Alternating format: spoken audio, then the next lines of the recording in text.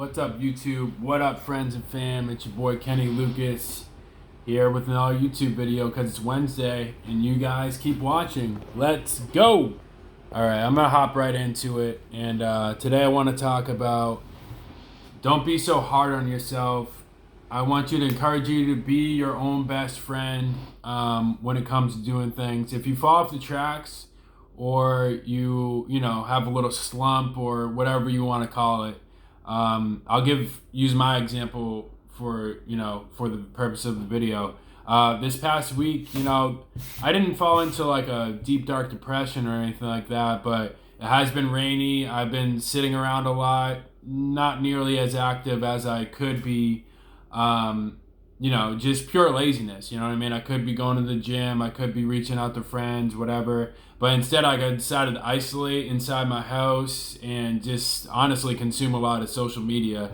And that pretty much went nowhere. You know what I mean? The only thing that a lot of consuming social media will do when you have a day off or this and that, it's just it encourages me a little bit. But when you consume too much, to the fact that what I did, it's just too much, man. It really is. But we're all human beings, and I'm here to remind you when we make mistakes like this, it's okay. It really is okay. Don't be so hard on yourself, because I am super hard on myself. It's caused me to go into deep dark depressions where I didn't want to talk to nobody because I wasn't good enough. I wasn't good enough for myself, so I wasn't good enough to talk to anybody else. Got me super anxious all the time. Just couldn't really function in normal society. Which all this will lead to drugs, smoking cigarettes, alcohol, everything to help you escape the moment because your self-talk is fucking horrible. So when you do make these mistakes, get in these little slumps like I have this past week, to get out of these slumps, don't bring yourself down. You got to be your best friend. How would you want a best friend to talk to you? You have to talk to yourself like that. Oh, hey, we should go to the gym. Not hey, you've been on your phone for fucking 6 hours. What the fuck are you doing? Don't be so hard on yourself, man. When we're hard on ourselves, I believe it's a good thing, but then there's a fine line in between because it's a good thing, but it gets to a point where it's a negative thing, and then you get super down on yourself, then you get super depressed and get super anxious, and you never want to get to that point. So if you follow these tactics, then you'll never really get to that point. You have to get yourself out of it and just one step in front of the other, really. The way you get out of a slump is you put one foot in front of the other and you start doing shit. Literally start doing shit. If you're watching TV for 4 hours a day, you only want to watch it for 1 hour a day, start by cutting back to 3 hours a day. For that extra hour, go read a book or go make goals and go set out to what you want to accomplish. You know what I mean? There's so much positives you can do to withdraw from all that negative shit that's causing you all these problems. So that's all it is. One step in front of the other. Keep focused on what you have to do and keep creating actions and habits that get you there quicker. One of the best ways to get in a good habit, I keep preaching, is waking up early, reading a book, then going to the gym before you start off anything. If reading books isn't your thing, I get it. Maybe just drink some coffee or pre-workout and go hit the gym hard. I believe that just gives you that mental edge where it puts you ahead of everybody. And then today at the gym, I was late to getting to the gym. I woke up early, did a little bit of reading, a little bit way too much social media, to be honest. And then I went to the gym usually it was an hour and a half later than I normally go on a working day. But since it was raining, I had the excuse of not going at the usual time.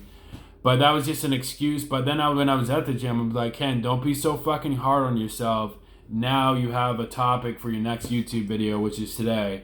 I was like, that's perfect, man. Don't be so hard on yourself. But we want to be always doing the right thing too, So there is that fine line in between that you don't want to be so hard on yourself, but you don't want to be so soft on yourself that nothing gets done either. Because being hard on yourself does serve a purpose. It really does. And that's all to be said about that. Me and Rachel this weekend are actually heading up to New Hampshire. We already planned this trip 6 weeks ago. We've kind of come to like a pack where like every 6 weeks we go somewhere, we do something, get away for a couple days or a long weekend. So tomorrow we're taking off. We're gonna be back on Sunday. And now this little voice inside my head's like, fuck, you can't even go on that vacation because the storm hit. I'm getting more calls now than I have been in a while.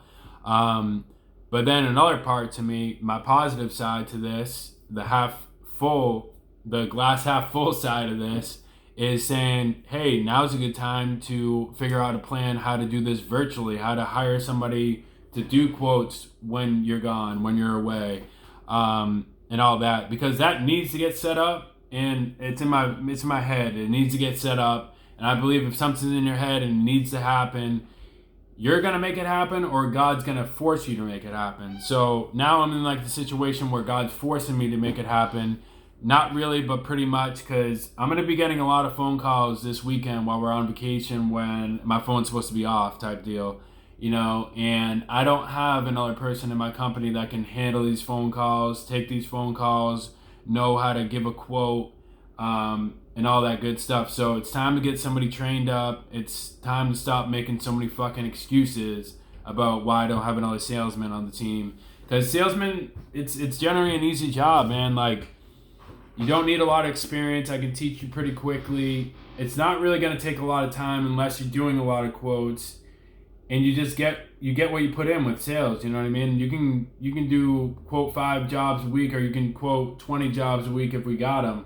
It's all about the jobs that you sell and what the percentage is going to be that you're getting paid from those jobs.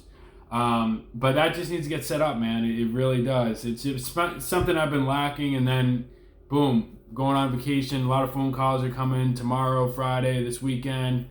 And then I'm like, yeah, God's trying to tell me he's going to sit my ass down if I don't set this up myself. But anyways, you guys know I am losing weight right now, trying to maintain like 175, 180. I'm kind of like a standstill between 190 and 195. I'll give you a physique update right now. All right, here it is. As you see, I'm starting to get more cut up. Still got some fat there, skin fat. A lot of fat still stays here. I need to get more swole up. One thing I've been doing lately is having a lot of protein powder, which I already know is not good for my system. There's something about it. I can be in a caloric deficit and I will still always maintain my weight because of the protein powder. And it just makes me look puffy, feel puffy. I got to knock that shit out. So, it's just fine-tuning what works for you. What works for somebody else necessarily isn't going to work for you. I have generally like a slower metabolism because somebody who's skinny, I guess, could consume protein powder no problem in a caloric deficit and definitely lose weight.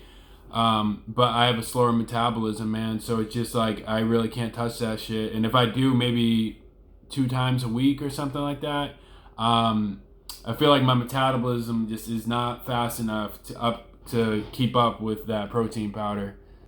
That being said, guys, it's all I really have for today's video. Coming up, me and my buddy Phil are actually gonna do like a Zoom conference call and record it and put it on YouTube. Pretty much about business. He also owns another landscape business, so we're gonna talk about business. Probably more of a direct theme to it, whether it's how to start a landscape business or how to start a business in general, or what customer service or whatever. There's so much we can talk about when it comes to business. He's been doing this a lot longer than I have, so it's going to be good to hear his take on it and my take on it. We're similar in a lot of ways, but then we're different in a lot of ways too, which is good for y'all to hear both sides if you guys are interested in starting a business, no matter what it is. If you guys aren't already, find me on TikTok. Right now my TikTok name is Easy Money. It's not spelt like that. I'll put it in the description link below so you can find me. But I've been putting out a couple TikTok videos here and there. And that's pretty much it, guys. Keep your head up. Do one thing after the other. Get as active as possible. Don't get down on yourself. Read some fucking positive vibe books. Do what you gotta do. And let's fucking go.